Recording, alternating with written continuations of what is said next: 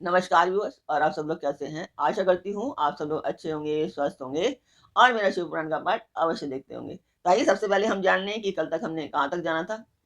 तो कल तक मैं एक आपको कहानी बता रही थी कि एक समय की बात थी कि एक गुरु-दूल्हा था, वो पाप करता था और तो एक दिन उसके परिवार को कुछ खाने को नहीं मिला, तो वो एक जाकर के एक नदी किनारे एक बेल के पेड़ पर चढ़ जाता है और वहाँ पे एक मृगी आती है, मृगी से कुछ वार्तालाप होती है, जो मैंने आपको कल बताया। फिर वो घर चली जाती है, घर जाने देता है वो उसको कि भई लौट कर के आएगी वापस वो। तो वो उसको देखते-देखते उसकी जो बहन होती है, वो भी वहाँ पानी पीने के लिए आ जाती है और उससे भी उसकी फिर वार्तालाप होता है। तो वहाँ तक मैंने आपको सुनाया था। फिर इसके आगे हम आज चलेंगे। तो आपको मैं बताती चलूँ जो नए दर्शक हैं कि ये पाठ एक शुभ कार्य है, मंदिर के लिए कर रही हूँ और इसमें मैं आप सब लोगों का सहयोग चाहती हूँ कि आप सब लोग सहयोग करें। यानी कि आप सब्सक्राइब करें, लाइक करें और शेयर करें मेरे पाठ को। तो जितना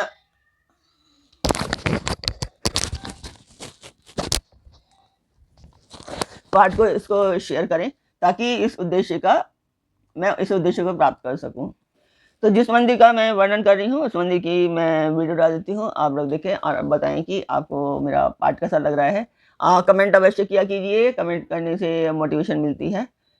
तो इसीलिए और सब्सक्राइब करते रहिए, लाइक करते रहिए और शेयर अवश्य करते रहिए।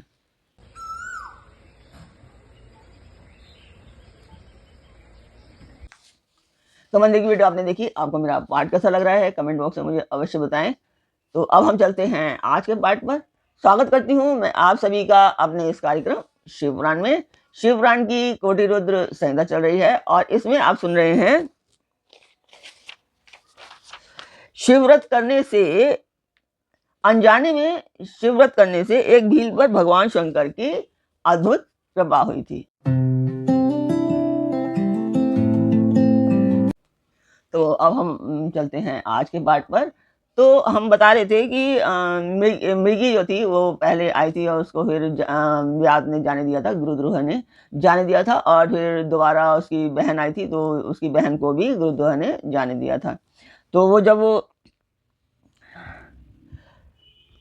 तो उसके व्याध ने उस मृगी से कहा कि तुम जाओ और मृगी जल पीकर हर्षपूर्वक अपने आश्रम को चली गई। इतने में ही उस रात्रि का दूसरा पहर था वो भी बीत गया और तीसरा पहर शुरू हो गया। मृगी के लौटने में थोड़ी देर हो गई तो चकित हो व्याध उसकी खोज करने लगा। इतने में ही उसने जल के मार्ग में एक हिरण को देखा।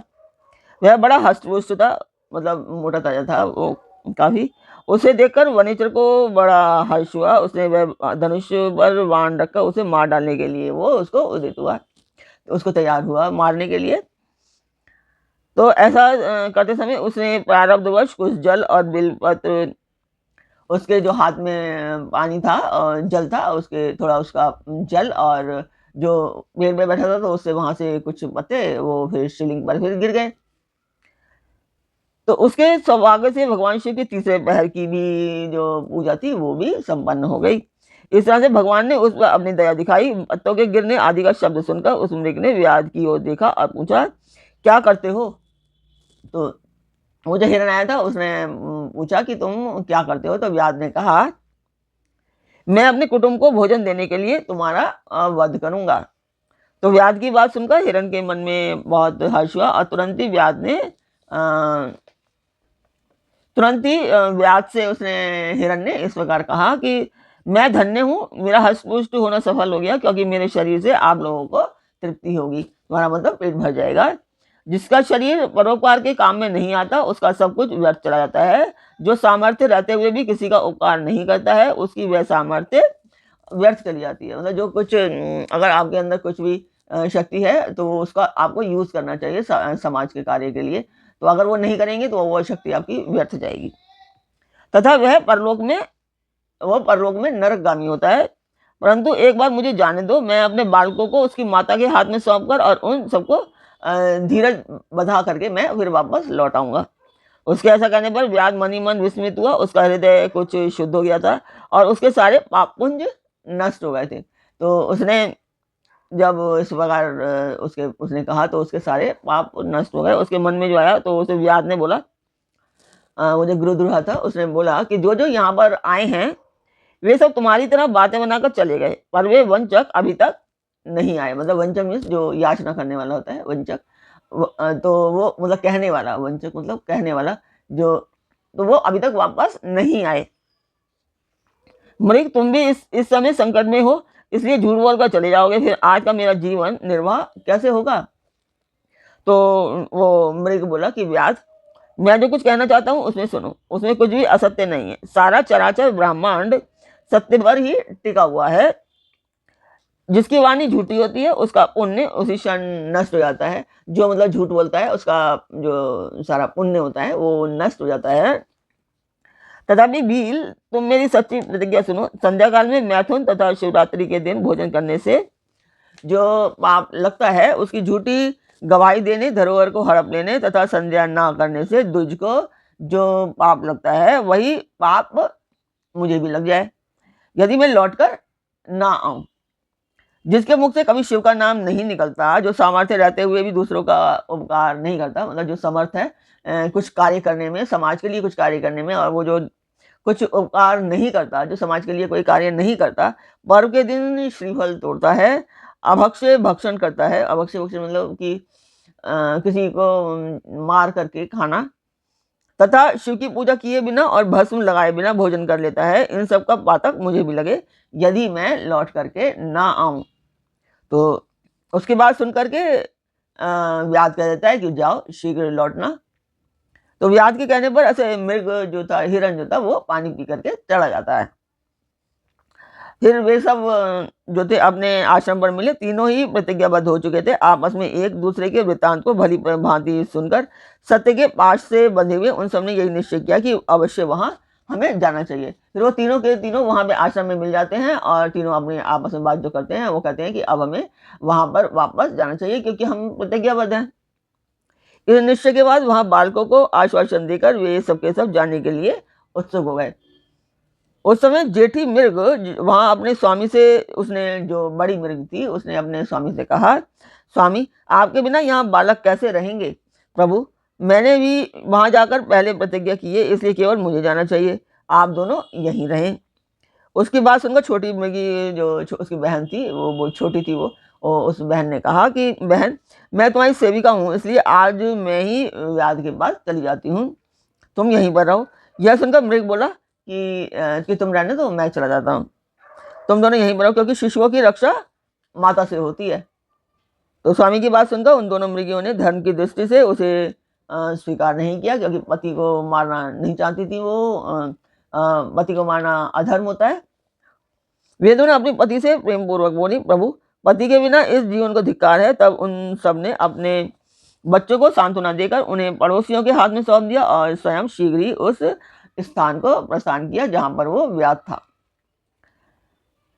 तो वह व्याध शिरोमणि उनका इंतजार कर रहा था।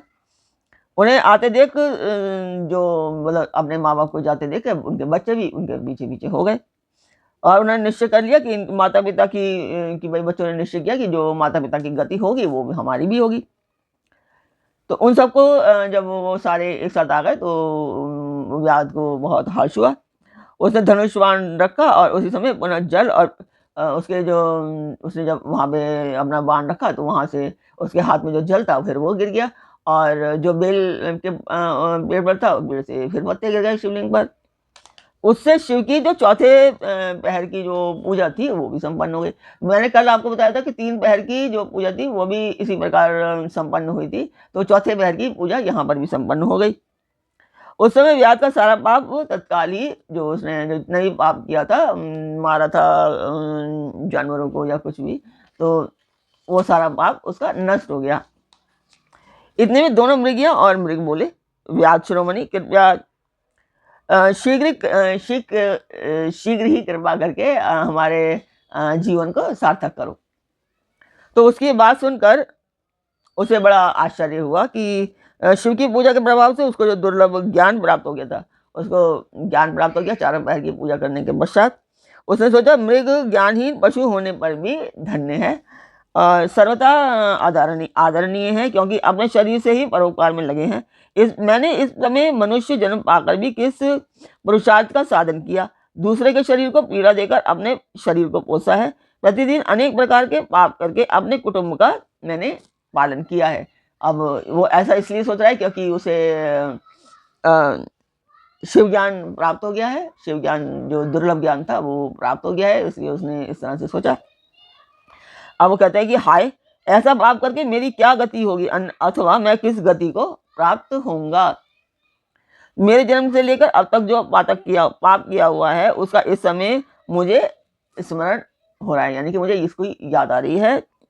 मेरे जीवन को धिक्कार है। इस प्रकार ज्ञान संपन्न होकर व्याध ने अपने बाण को रोक लिया और कहा कि श्रेष्ठ मृगो, तुम लोग जाओ और तुम्हारा जीवन धन्य है। व्याध के ऐसा कहने पर भगवान शंकर तत्काल प्रसन्न हो गए और उन्होंने व्याध को अपने सम्मानित एवं पूजित स्वरूप का दर्शन कराया तथा कृपा करके उसके शरीर का स्पर्श करके व्याध के शरीर का स्पर्श करके उन्होंने कहा कि भील, मैं तुम्हारे व्रत से प्रसन्न हूँ, क्योंकि उस रात में उसने कुछ खाया पिया भी नहीं और वहाँ से जो चारों पहर का जो पूजा थी वो भी उसकी संपन्न हो गई थी। तो इसी से भगवान शंकर प्रसन्न हो गए थे। तो उन्होंने कहा कि तुम्हारी पूजा से मैं प्रसन्न हूँ, कोई वर मांग लो। तो व्याध भी भगवान शिव के उस रूप को देख करके तत्काल जीवन मुक्त हो गया और सब कुछ पा लिया। यूँ कहता हुआ जब शिव जी के उनके रूप को देख करके वो व्याध बोला कि मेरा जीवन तो मतलब मेरा जो जीवन है वो जीवन मुक्त हो गया और मैंने अब सब कुछ पा लिया, मतलब मुझे कुछ नहीं चाहिए। यूँ कहता हुआ उनके चरणों के आगे गिर गया। उसके इस भाव को देखकर भगवान शिव मन ही मन में बहुत प्रसन्न हुए और गुह नाम देकर कृपा दृष्टि से देखते हुए गुह को उन्होंने वर दिए। तो शिव बोले कि व्याध सुनो, आज से तुम श्रृंगवेरपुर में उत्तम राजधानी का आश्रय ले दिव्य भोगों का उपभोग करो। तुम्हारे वंश की वृद्धि निर्विघ्न रूप से होती रहेगी, मतलब कोई कठिनाई, तुम्हारे वंश की जो वृद्धि में कोई भी कठिनाई अब नहीं आएगी। देवता भी तुम्हारी प्रशंसा करेंगे। व्याध, मेरे भक्तों पर स्नेह रखने वाले भगवान श्री राम एक दिन निश्चय ही तुम्हारे घर पधारेंगे और तुम्हारे साथ मित्रता करेंगे। तुम मेरी सेवा में मन लगाकर दुर्लभ मोक्ष पा जाओगे। इसी समय वे सब मृग भगवान शंकर का दर्शन और प्रणाम करके मृग योनि से मुक्त हो गए तथा दिव्य देहधारी हो विमान पर बैठकर शिव के दर्शन मात्र से शाप मुक्त हो दिव्य धाम को वो चले गए। तब से अर्बुद पर्वत पर भगवान शिव व्याधेश्वर के नाम से प्रसिद्ध हुए, जो दर्शन और पूजन करने पर तत्काल भोग और मोक्ष प्रदान करने वाले हैं। महर्षियों, वह व्याध भी उस दिन से दिव्य भोगों का उपभोग करता हुआ अपनी राजधानी में वो रहने लगा। वो व्याध की बात कर रहे हैं। उसने भगवान श्री राम की कृपा पाकर शिव का सायुज्य प्राप्त कर लिया। अनजाने में ही इस व्रत का अनुष्ठान करने पर उसको सायुज्य मोक्ष मिल गया। फिर जो भक्ति भाव से संपन्न होकर इस व्रत को करते हैं वे शिव का शुभ सायुज्य प्राप्त कर लेते हैं। इसके लिए तो कहना ही क्या है, संपूर्ण शास्त्रों तथा अनेक प्रकार के धर्मों के विषय में भलीभांति विचार करके इस शिवरात्रि व्रत को सबसे उत्तम बताया गया है। इस लोक में जो नाना प्रकार के व्रत, विविध तीर्थ, भांति भांति के विचित्र दान, अनेक प्रकार के यज्ञ, तरह तरह के तप और बहुत से जो जप हैं, वे सब इस शिवरात्रि व्रत की समानता नहीं कर सकते। इसलिए अपना हित चाहने वाले मनुष्य को इस शुभतर व्रत का अवश्य पालन करना चाहिए। ये शिवरात्रि व्रत दिव्य है, इसे सदा भोग और मोक्ष की प्राप्ति होती है। महर्षियों, यह शुभ शिवरात्रि व्रत व्रतराज के नाम से विख्यात है। इसके विषय में सब बातें मैंने तुम्हें बता दी। तो अब मैं ये सब कुछ आपको बता दिया शिवरात्रि के व्रत के बारे में। आपने सब कुछ जान लिया, उसकी महत्ता के बारे में, उसका जो समापन होता है और उसको किस तरीके से करना चाहिए, वो सब कुछ मैंने आपको बता दिया। तो आज का पाठ मैं यहीं पर पूर्ण करती हूँ। कल फिर मिलेंगे एक नए पाठ में, एक नई उमंग, एक नई तरंग के साथ। तब तक के लिए आज्ञा दीजिए। ओम नमः शिवाय। जय माता की।